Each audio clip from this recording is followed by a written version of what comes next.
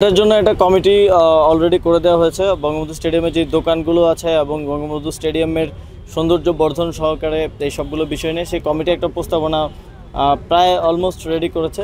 সেই প্রস্তাবনার ভিত্তিতে আমরা ব্যবস্থা নেব। আপনারা জানেন এখানে চুক্তির বিষয় আছে এবং প্রায় একটা দোকানের 4-5 বারও চুক্তি হয়ে গেছে। এরকম বিভিন্নভাবে হাত বদল হতে হতে আমরা ভাড়াটা পাই হয়তো 7-8 হাজার, কিন্তু দোকানদার ভাড়া দিচ্ছেন 2 লক্ষ টাকা।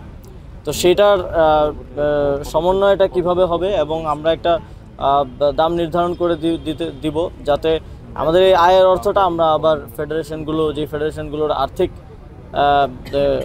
আছে সেখানে ব্যয় করতে পারি। এবং একই সাথে বঙ্গবন্ধু স্টেডিয়ামের একটা স্টেডিয়াম তো এরকম হতে পারে না, ভেতরে ঘিঞ্জি অবস্থা, ময়লা ফেলে রাখা।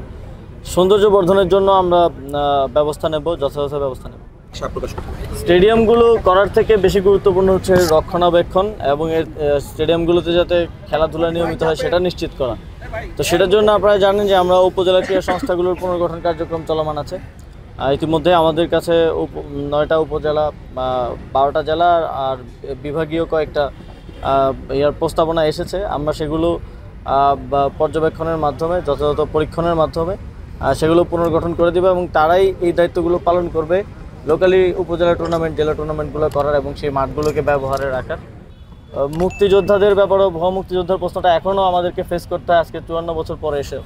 সেটা যাতে কোনোভাবে না থাকে সেজন্য আমাদের একটু সময় লাগছে, কিন্তু অতি দ্রুতই এই চূড়ান্ত তালিকাটা প্রকাশ করা হবে। কিন্তু তালিকা কিন্তু অলরেডি একটা তালিকা আছে, যে যতটুকু পর্যন্ত আমাদের ভেরিফিকেশন হয়ে গেছে সেই তালিকাটা কিন্তু আছে, এবং যাদেরকে ভেরিফাই করা হচ্ছে নতুন করে সেটাও তালিকাতে অন্তর্ভুক্তির মাধ্যমে একটা পূর্ণাঙ্গ তালিকা প্রকাশ করা হবে।